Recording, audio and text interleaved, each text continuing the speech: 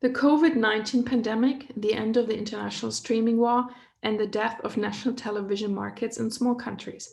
A few thoughts. My name is Ulrike Rohn. I'm professor of media management and media economics at Tallinn University in Estonia. In May this year, 2020, I published an Estonian language article in the most widely read newspaper in Estonia, Postimees. The article was part of a series of publications in this paper to celebrate the Estonian Year of Digital Culture.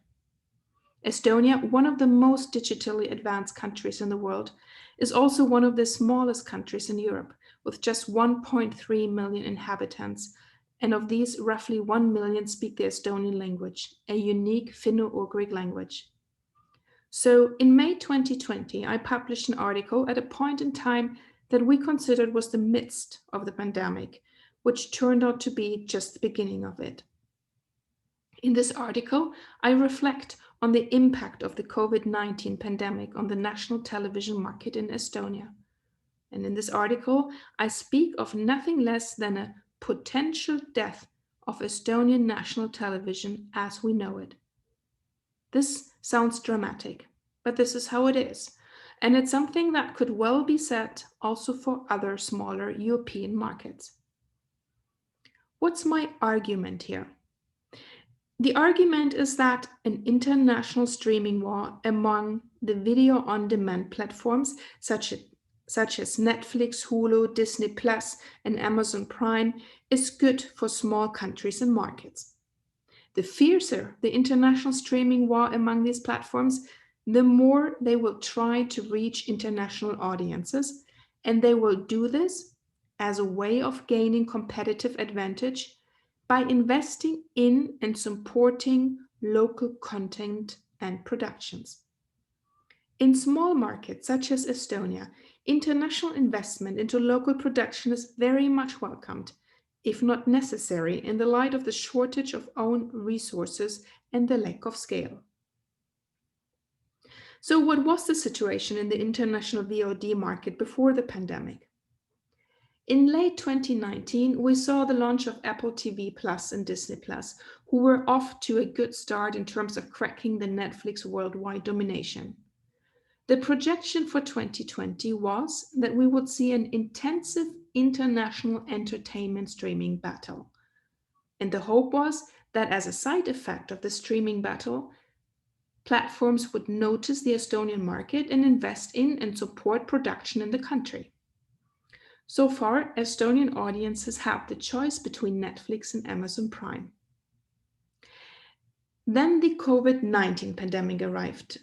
And what did this mean for the platforms? Well, first of all, subscription numbers grew, which is good news for these platforms overall. The question, however, is whether the different platforms stand to profit equally from this trend. We do not have publicly available subscription numbers for the Estonian market, a fate that we share with other smaller markets. Yet, we can say that Netflix seems to be the greatest beneficiary of the crisis, as well as the most resilient player under the current situation, and then this may have watered down the competition for local market entry. Why is Netflix so much better equipped to dominate the competition among platforms during a time of general crisis? Netflix has an enormous library of content, including original productions. This makes Netflix less vulnerable to pauses in production due to the virus. Other platforms will find it more difficult to attract new deals under uncertain conditions. Also, in many countries, Netflix is the only streaming platform available. New players will find it difficult to start anew and convince audiences to change platforms during these times. Netflix, the most established and most powerful platform, can rely and further build on its market power, while less established platforms may struggle to break into the new markets. So, it seems like the international streaming war, as it was predicted for 2020, may have ended before it even started. Why is the international streaming war so important for the smaller markets? A battle among international VOD platforms would have positive side effects for audiences in small markets such as Estonia. For one, the general rule in international strategies is that where competition exists among international players, there is adaptation to local audiences. In fact, in the context of the foreseen battle of the streaming platforms, the mantra adapt or die has often been referred to. The idea is that in the end, those who serve local markets best are those who survive. In order to be more attractive to Estonian audiences, Netflix, for instance, has introduced a recommendation system that lets Estonian viewers know what other Estonian viewers have watched. This is recognition that although high-quality content tends to be well received across national and cultural boundaries, there remain differences in cultural tastes across countries. In many countries across the world, Netflix has gone one step further by providing and commissioning local production in these countries. So far, this has not happened in Estonia. The question is whether Estonia might be too small and therefore financially not rewarding enough for Netflix to invest in original production. Whether it's attractive for Netflix to invest in local production also depends on how good and therefore competitive existing local content is. The paradox is that the more local productions can hold up to the standards of international productions in quality and reputation, the more international players will invest in localizing.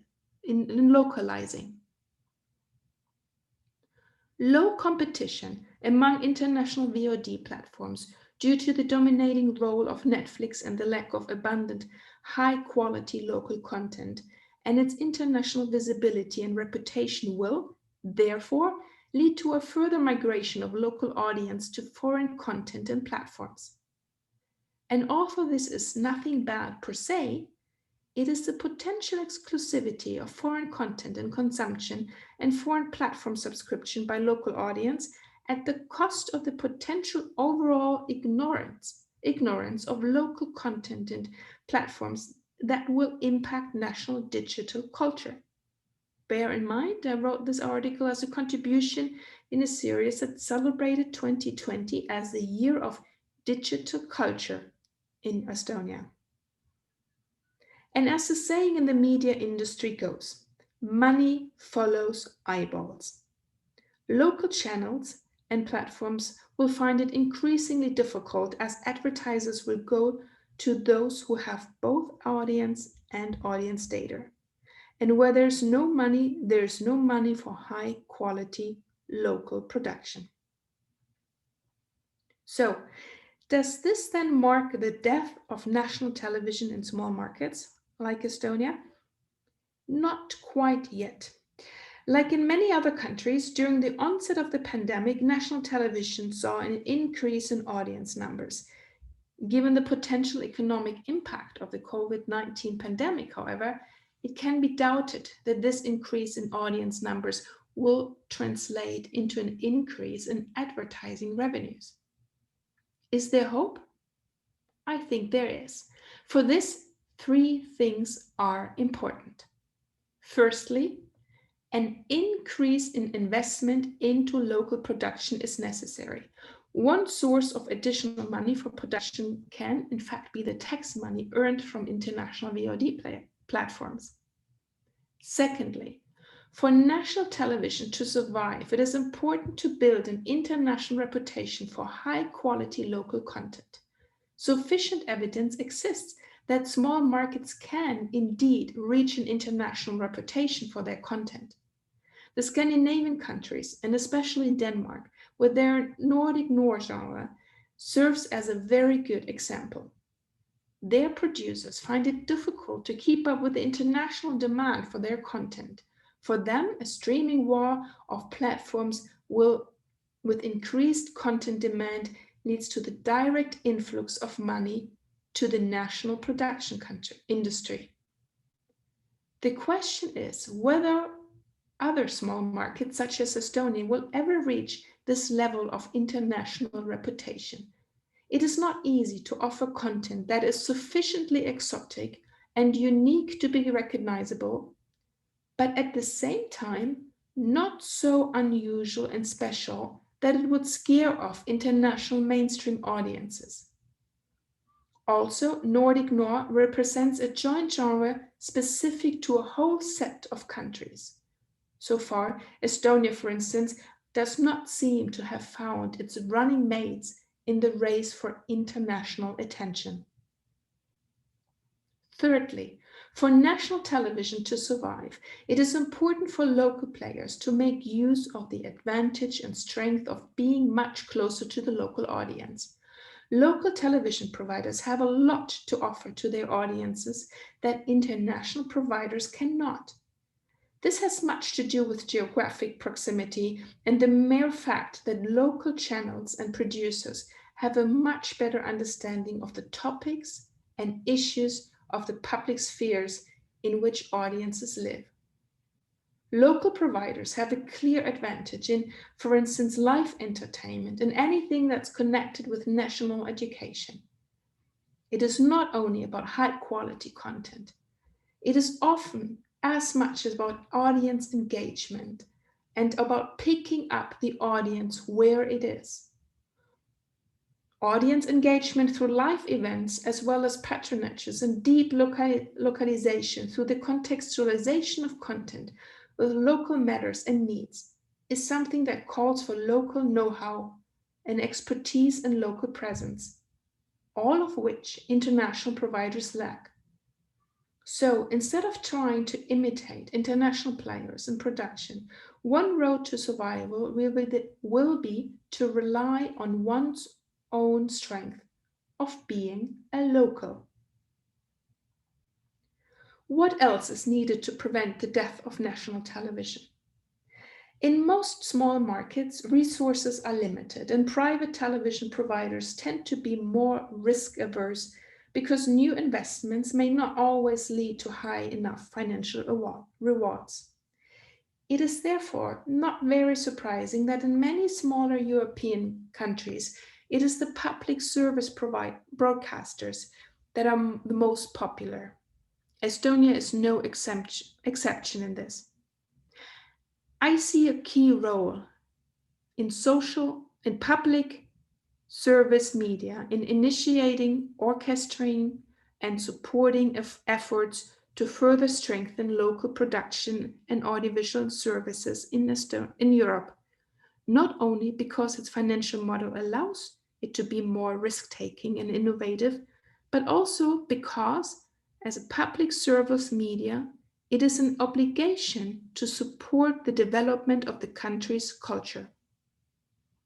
This, however, is a heavy burden on the shoulder of the public service media, a burden that it will not be able to handle without the help of also private partners. As much as foreign content and foreign platforms should by far not be seen as anything bad per se, the public service media should also not be seen as the sole and universal saver. In fact, it takes the cooperation of many partners to take the wake-up call of the potential death of national television and cooperate in audience-centric, innovative initiatives in order to prevent this from happening. This is as much true for Estonia as it is for many other small markets in Europe.